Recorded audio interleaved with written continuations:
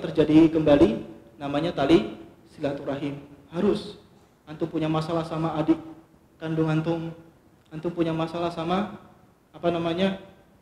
kakak kandung, ya, punya masalah dengan orang tua, ini harus kembali seperti dahulu kala. Gimana caranya? Harus entah antum bawakan makanan, antum bawakan minuman, antum kasih THR, terserah. Yang penting itu harus para ulama mengatakan tidak cukup mengucapkan salam, enggak cukup. Ya. Bahkan luar biasa, ya. Di antara kita ini ada yang memboikot saudaranya sampai 1 tahun enggak diajak ngomong, ya, dia mengucapkan salam enggak mau dijawab, ada, ya. Makanya kata Nabi sallallahu alaihi wasallam, "Man yahjuru akhahu sanah faka'annama kasafaki damihi." Barang siapa yang mendiamkan, memboikot saudaranya selama 1 tahun, seakan-akan dia menumpahkan darahnya. Berat. Ya, seakan-akan dia menumpahkan darahnya. Berat, ya. Saudara muslim sendiri. Jangan. Ya, jangan kita memboikot saudara kita, saling memboikot, ya, saling mendiami 3 hari, batasnya 3 hari. Kalau sudah itu sudah. Hilangkan ego dalam diri, turunkan ego dalam diri. Kita duluan. Ya, walaupun misalnya kita benar, ya, perkaranya kalau kita benar kita ngalah. Kalau kita benar kita mengalah.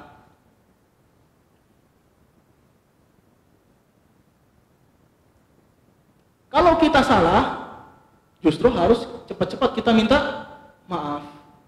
Kalau kita salah, cepat-cepat kita minta maaf. Karena tidak semua orang yang kita zolimi itu pemaaf.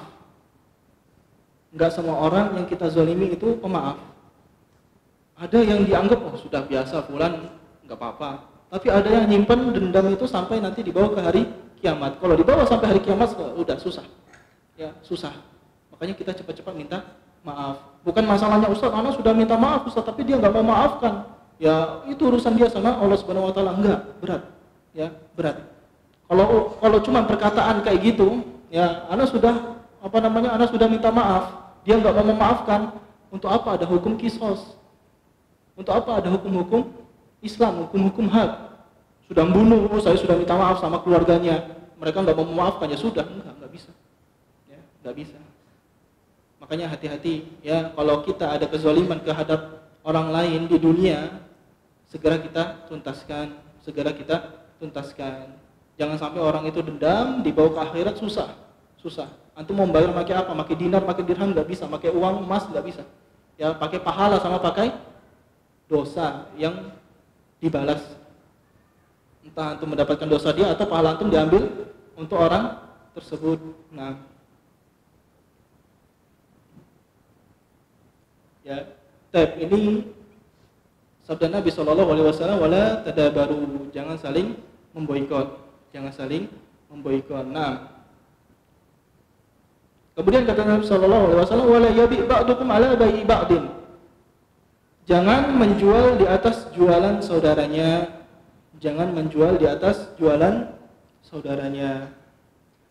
Afwan Barik, boleh minta tolong dihapus.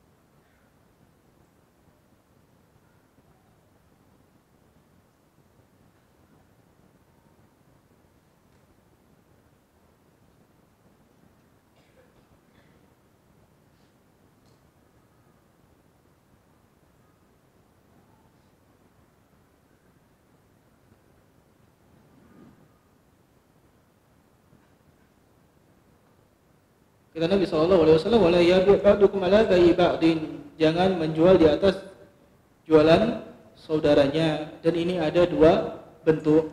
Ini ada dua bentuk. Yang pertama, masih dalam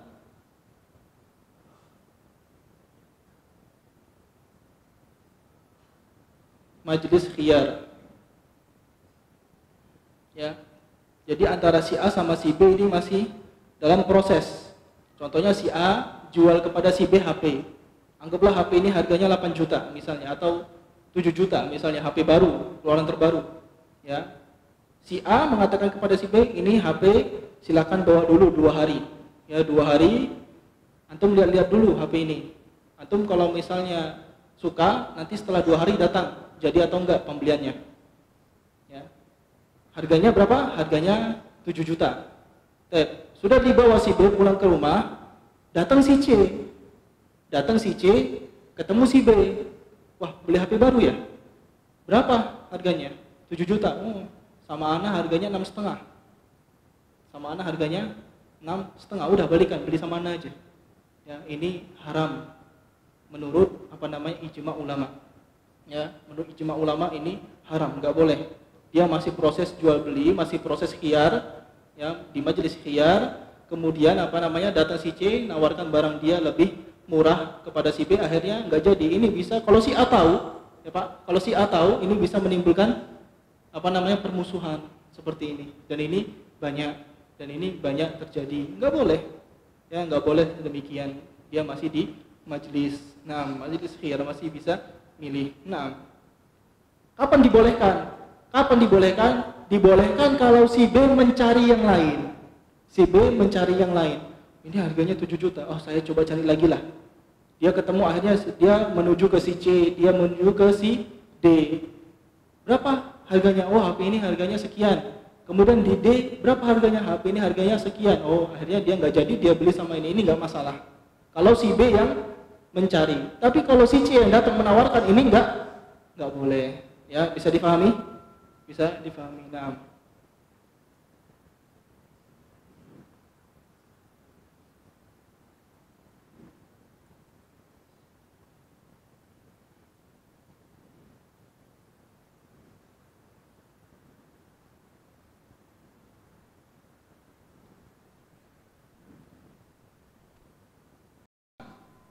Datang si C, B, kamu beli HP?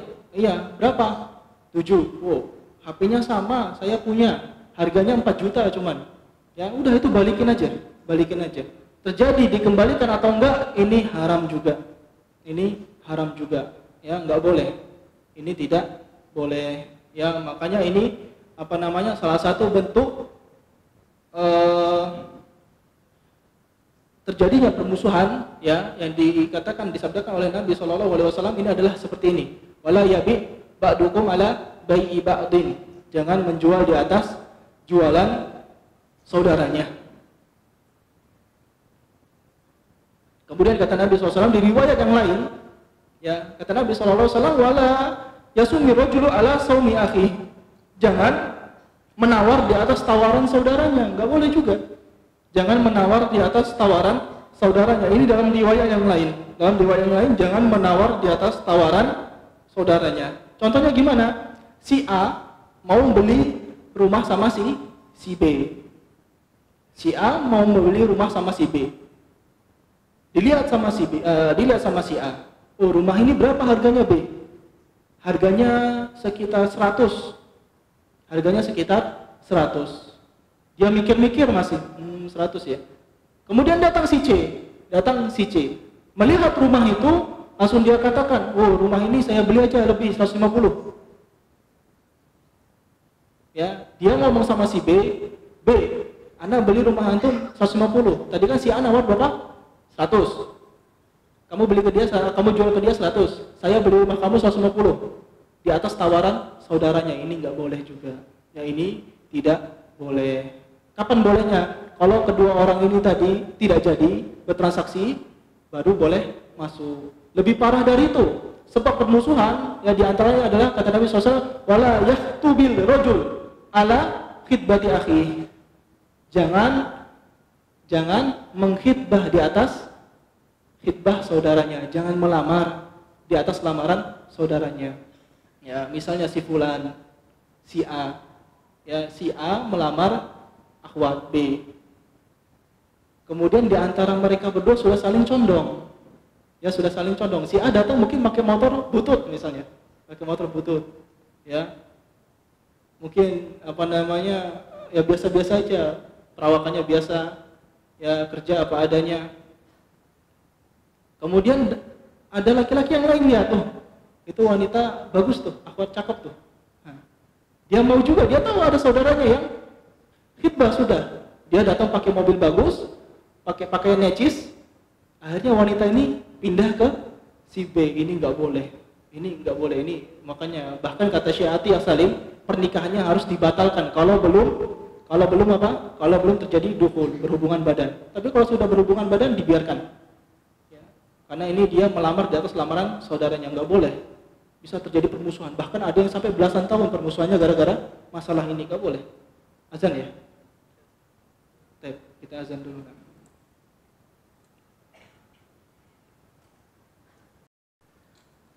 Bismillahirrahmanirrahim. Insyaallah kita lanjutkan. Bapak sekalian dirahmati oleh Allah Subhanahu wa taala. Di hadis ini tadi Nabi SAW melarang kita untuk saling berbuat hasad. Wala tahasadu.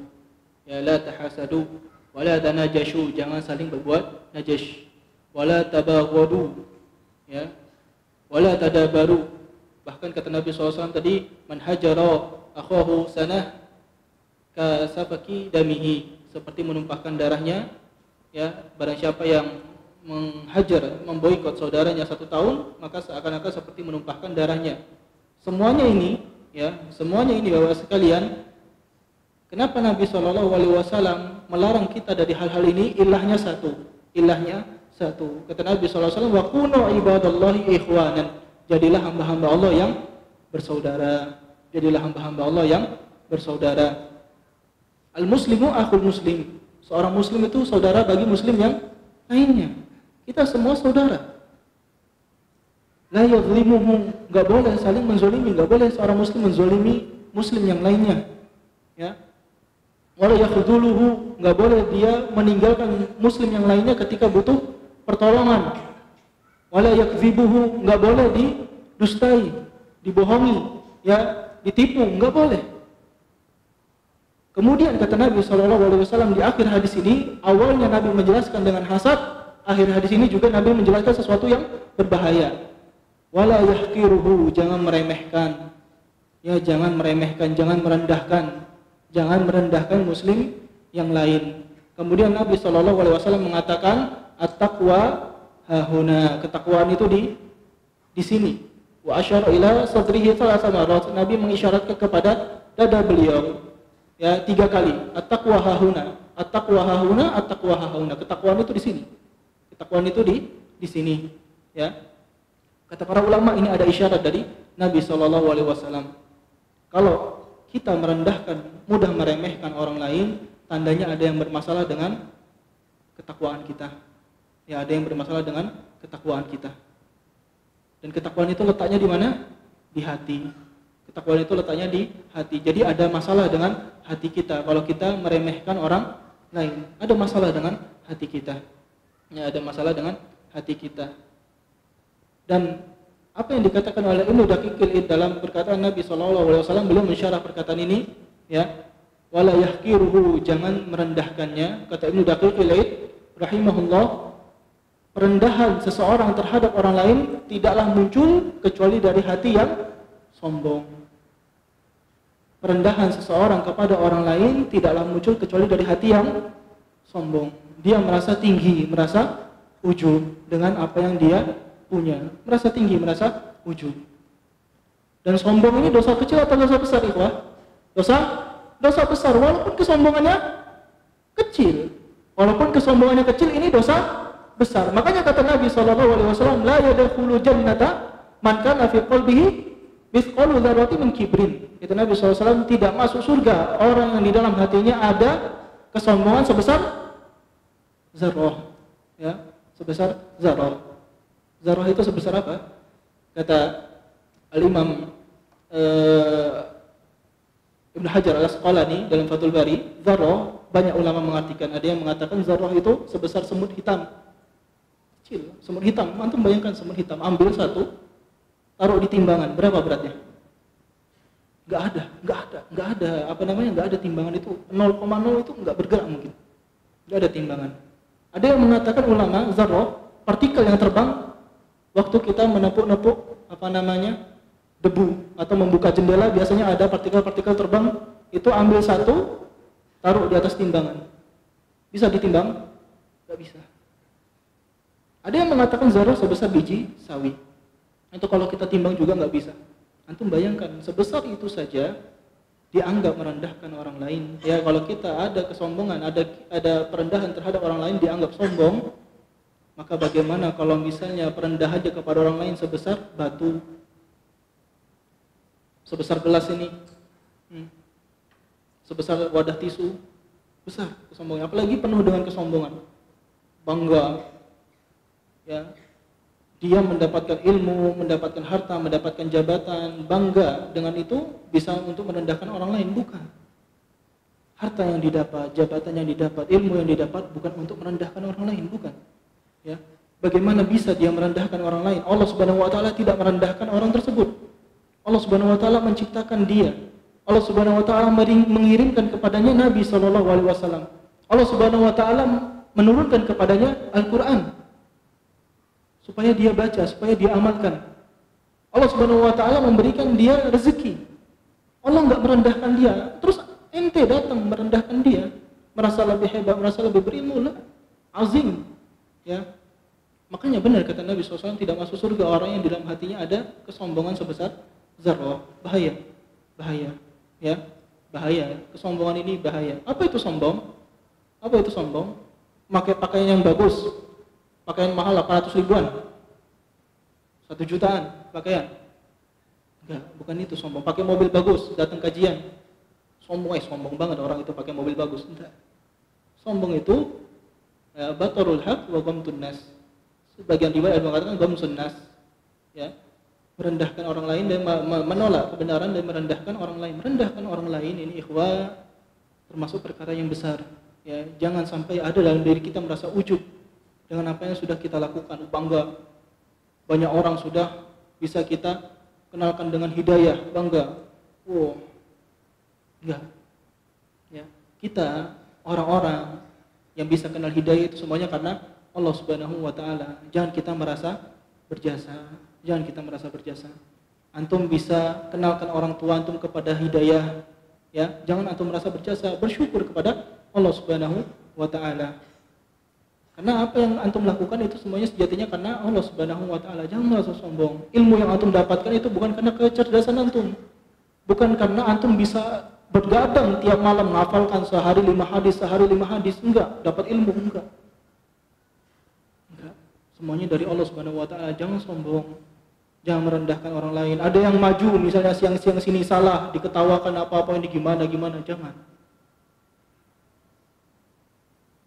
Enggak, ya kita jangan merendahkan orang lain, enggak boleh. Ya, jangan merendahkan orang lain. Kita belajar. Berat. Hati ini berat. Ngurusnya berat.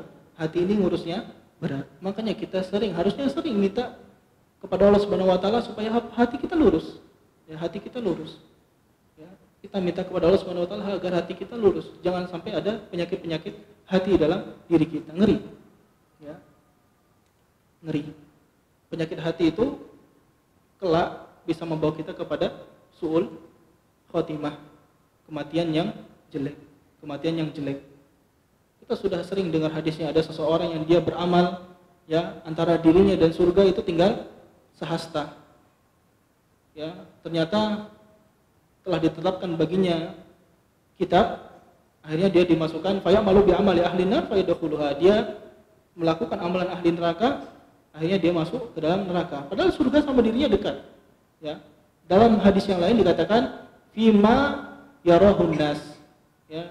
Ketika manusia lihat apa yang dilihat oleh manusia. Manusia melihat dia baik. Ahli Al-Quran, orang ini hafiz, Masya Allah, hafalannya kuat, mungkin. dai, menyeru manusia, wow. Tapi nggak tahu bagaimana akhir hidupnya. Kita ngeri, ikhwah, bagaimana akhir hidup kita nggak tahu. Ya, kita nggak tahu. Jadi jangan hilangkan sifat sombong dalam diri kita. Nggak ada yang tahu bagaimana akhir hidup kita. Jangan merasa sombong, jangan merasa kita sudah berhasil apa-apa kayak gini. Akhirnya merasa besar, merasa ujub. Akhirnya sombong, hilang amalan-amalan itu. Itu tidak dianggap di sisi Allah Subhanahu wa taala. Hati-hati dari merendahkan manusia. Antum sudah dengar, antum sudah hafal hadisnya, innallaha la yanzuru ila suwarikum wala ila ajsamikum walakin yanzuru ila qulubikum wa a'malikum. Allah tidak melihat kepada rupa kalian, mau yang apa namanya, yang kecil, yang tinggi, yang sawo matang, yang putih. Enggak Allah lihat itu.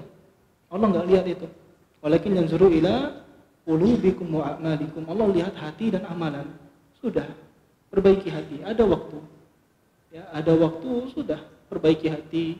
Yang saling bermusuhan sudah saling maafkan. Kayak gitu.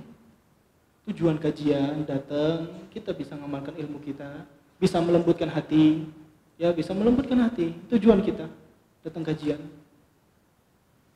Tapi kalau datang kajian semakin mengeraskan hati kita, harusnya kita takut itu ilmu-ilmu yang kita dapatkan jadi hujah atas kita nanti. Ini untuk anak pribadi, ya. Untuk kita semua sama-sama belajar. Kita nggak tahu, ikhwah, ya, di antara antum yang benar-benar serius bisa jadi lebih baik daripada kita. Allah nggak melihat yang harus duduk di sini, enggak. Ya. Allah melihat, kata Allah Subhanahu wa taala, inna akramakum indallahi atqakum. Yang paling mulia di sisi Allah adalah yang paling bertakwa. Yang paling bertakwa di antara kita. Yang paling bertakwa di antara kita. Ketakwaan itu enggak harus antum duduk sini, enggak. Enggak harus antum apa namanya dilihat orang dulu, enggak. Ketakwaan itu bisa antum dapatkan, ya. Kalau Allah Subhanahu wa taala sudah memberikan antum taufik, bisa jadi orang yang bertakwa, antum dapatkan itu. Hati-hati dari merendahkan orang lain. Ya, hati-hati dari merendahkan orang lain. Berat memang. Berat. Kadang-kadang kita tanpa rasa, si fulan itu cuma kayak gitu. Itu rendahkan itu. Rendahkan itu. Kayak gitu aja Anda juga bisa. Rendahan itu. Tanpa kita sadari. Tanpa kita sadari. Kadang-kadang banyak-banyak istighfar. Ya, banyak-banyak istighfar kita kepada Allah Subhanahu wa taala. Naam. Ya.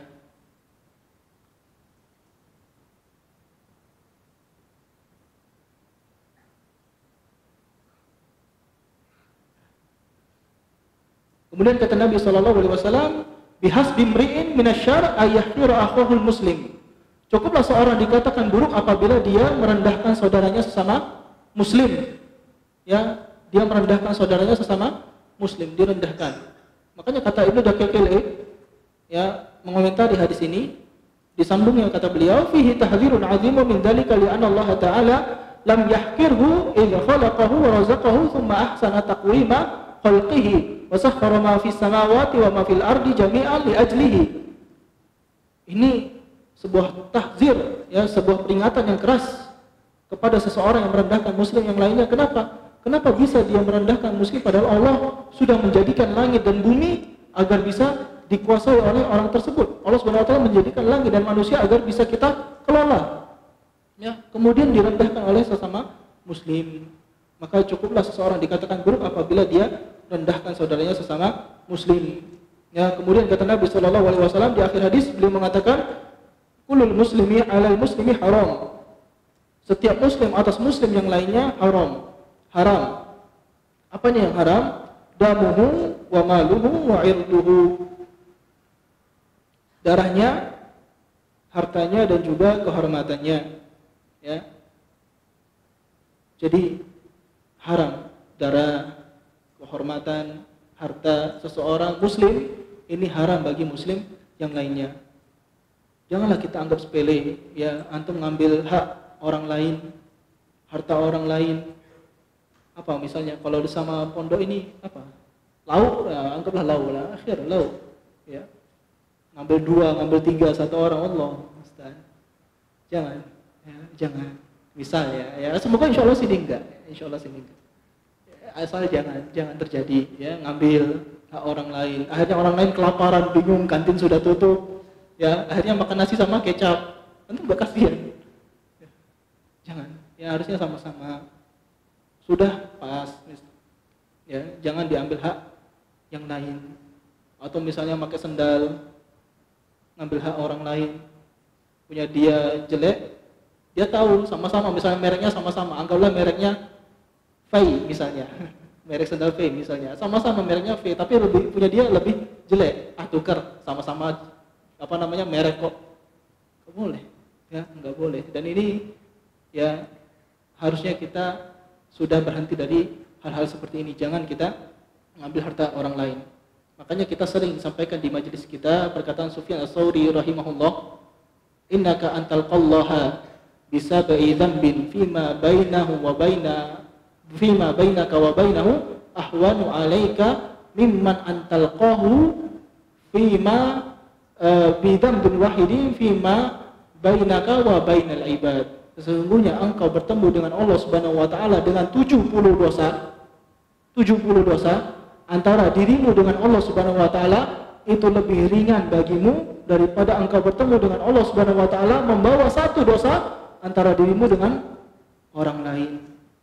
Ya, dengan para hamba. Kenapa? Karena Allah Subhanahu wa taala ini Maha Pengampun.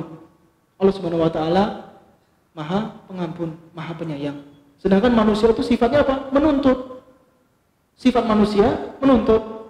Makanya di dalam surat Abasa, ya suratnya sudah antum hafal, sebagian ulama menafsirkan ketika melewati ayat kata Allah Subhanahu wa taala, "Fa idza ja'atis sakhah yauma yafirul mar'u min akhihi wa ummihi wa abihi wa sahibatihi wa banihi likulli imri'in minhum yawma idzin sya'nun yughnih." Ya, ketika seseorang lari dari keluarganya, dari kerabatnya, dari istrinya, dari bapaknya, dari ibunya, dari anaknya, lari. Kenapa mereka lari? Takut dituntut. Ya, antum kita ditanya nanti ya sama orang-orang dekat kita. Sudah, apalagi sama orang. Ya, makanya kalau ada kezaliman yang kita lakukan sama orang selama ini, minta maaf. Entah kita ngambil harta dia, entah kita nyakiti dia dari lisan kita. Ya, kita minta maaf, mohon maafkan, ya. Makanya ketika ada seseorang meminta kepada Ibnu Umar radhiyallahu anhuma, tolong kabarkan kepadaku semua ilmu. Dia minta diajarkan semua ilmu. Apa kata Ibnu Umar radhiyallahu anhuma? Innal ilma katsir. Ilmu itu banyak. Walakin in istata'ta an talqallaha khafifa dhahri min dima'in nas. Khabisal batan min amwalihim kafal lisani an a'radihim laziman li amri jama'atihim faf'al. Ilmu itu banyak, tapi pondasinya, inti ilmu itu ada 4. Yang pertama, kalau engkau bisa tidak ada kezaliman yang kau lakukan kepada manusia di darah-darah mereka. Maksudnya apa? Engkau tidak menzalimi mereka. Ini yang pertama. Kemudian engkau tidak memakan harta mereka secara zalim. Kemudian engkau menahan lisan dari menyakiti mereka. Dan engkau bersama jamaah mereka lakukan. Ini inti ilmu yang dikatakan oleh Abdullah bin Umar radhiyallahu anhuma. Ketika seseorang tahu ilmu itu banyak, dia bisa melakukan 4 ini, insya Allah dia selamat. Dia enggak menyakiti manusia dengan lisannya, dia enggak menyakiti manusia dengan tangannya, tidak menumpahkan darah orang lain, dia tidak memakan harta haram orang lain, ya, dia bersama jamaah kaum muslimin, maka dia insya Allah selamat. Dan ini akhir hadis yang bisa kita bacakan dari syarah hadis ini, ya. Insya Allah pada pekan ke depan kita lanjut hadis ke-36.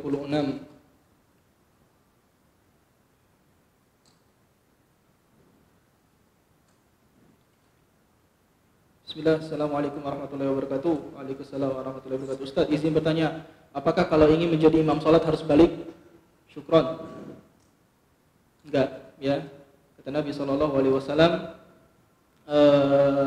yang paling afdal menjadi imam salat itu adalah yang paling aqra'ukum di kitabillah, yang paling hafal tentang Al-Qur'an. Ya, tidak disyaratkan balik, ya, tidak disyaratkan balik. Ya, cuman Cuma jangan antum ujuk-ujuk menjadi imam di tempat yang sudah ada imamnya, ya. Yang sudah ada imamnya. Misalnya antum di kampung, balik ke kampung, sholat jamaah, mana imamnya habis azan, ditunggu imamnya 5 menit belum datang, ujuk-ujuk antum masuk, langsung jadi imam. Jangan, ya, di tempat itu mungkin sudah ada imam yang dipilih, minta izin dulu. Terutama antum juga masih kecil, ternyata dia ada yang lebih hafal dari antum bacaannya. Antum merasa bangga di sini, sudah hafal 5 juz sekali duduk, malah masya Allah. Ya, pulang-pulang pengen langsung jadi imam, ternyata yang jadi imam sudah hafal 10 juz, sudah hafal 15 juz. Ya, ditanya dulu. Tapi kalau untuk disyaratkan balik, wallahu alam, setahu yang Anda pelajari tidak disyaratkan dia sudah harus balik. Wallahu alam bissawab. Assalamualaikum Ustaz, anak ini bukan musuhan, tapi hanya diam, enggak negur sama dia karena perbuatannya membuat orang kesal. Jadi saya terkadang enggak negur, dia sering ngejek dan kata kakak-kakak siapa ini? Kakak-kakak dijauhi, jangan dekat-dekat. Jadi anak gimana Ustaz? Sampai sekarang masih kecuali beliau salam. Syukran Ustaz. Ini kakak-kakaknya yang gembosin ini ya. Harusnya diperbaiki lah, kalau ada kayak gitu diperbaiki. Jangan digembosi. Insyaallah. Jadi antum baik-baik aja sama dia, ya. Baik-baik aja sama dia. Kalau ada perbuatannya yang kurang baik, antum nasihati, akhi enggak boleh. Ya, akhi enggak boleh. Adab anak akhi enggak boleh. Nasihati, saling nasihati, ya. Antum kalau misalnya dapat gembosan dapat omongan kayak gitu dari kakak-kakak, antum nasihati juga kakak-kakak. Kakak siapa? Dari kakak musyrif, enggak tahu ya. Kak, mohon maaf Kak. Jangan gembosi, kan enggak boleh. Harusnya kan diperbaiki, Kak. Baik-baik, ya, baik-baik. Khair insyaallah. Ya, jangan saling bermusuhan. Tapi ikhwan, ya, rahimani wa rahimakumullah, biasanya kalau permusuhan antara anak kecil atau biasanya di antara santri-santri kecil kayak gitu, ini enggak lama, ya. Permusuhan palingan setelah berapa jam sudah baikan lagi, sudah makan bareng lagi. Yang masalah itu permusuhan di antara orang yang sudah tua. Ya, sudah tua susah. Kadang kalau jengkel itu jengkelnya bisa tahunan. Ya. Alangkah baiknya kita tuh di masalah jengkel ini kita tiru anak kecil, Pak. Ya, kita tiru anak kecil masalah jengkel-jengkelan ini. Kita lihat anak kecil kalau habis pukul-pukulan itu udah baik-baikan lagi. Alangkah baiknya kalau kita bisa tiru sikap anak kecil seperti ini masalah ini. Ada musuhan, ada ini langsung baikan lagi kayak gitu. Ya, bisa, teorinya bisa. Ya, kalau untuk prakteknya, semoga Allah mudahkan ya. Semoga Allah mudahkan kita. Nah, Assalamualaikum Ustaz, apakah cukup minta maaf saat Lebaran? Saat Lebaran. Yakin hidupnya sampai Lebaran? Jangan tunggu Lebaran baru maaf-maafan. Ya. Jangan tunggu Lebaran, maaf-maafan. Buat salah, langsung minta maaf. Ya, langsung minta maaf. Nantilah, tunggulah sampai Lebaran lah. Kalau tunggu sampai Lebaran, kemungkinan 2. Dia duluan meninggal atau antum duluan meninggal. Kita nggak tahu. Ya, kita nggak tahu umur kita sampai kapan. Sudah, minta maaf langsung. Paling baik lagi antum bawakan sesuatu, traktir atau kasih apa, anak minta maaf. Ya, anak minta maaf. Sudah ngomongin antum kayak gini, anak sudah nyakiti hati antum. Semoga dimaafkan, ini ada hadiah dari anak, mohon diterima. Sudah, itu paling bagus insyaallah. Ya, itu paling bagus. Ustaz, belum dimaafkan Ustaz, harus lebih usaha lagi. Ya, harus lebih usaha lagi. Entah antum kasih sesuatu apa kayak gitu, biar dia ridho. Usaha. Ya, usaha. Nah. Dan doa sama Allah Subhanahu wa taala supaya apa? Supaya dia memaafkan kita. Doa supaya dia memaafkan kita. Jangan tunggu Lebaran, ya. Jangan tunggu Lebaran. Repot kalau tunggu Lebaran. Nah, wallahu a'lam bishawab. Subhanakallahumma wa bihamdika asyhadu an la ilaha illa anta astaghfiruka wa atubu ilaik. Assalamualaikum warahmatullahi wabarakatuh.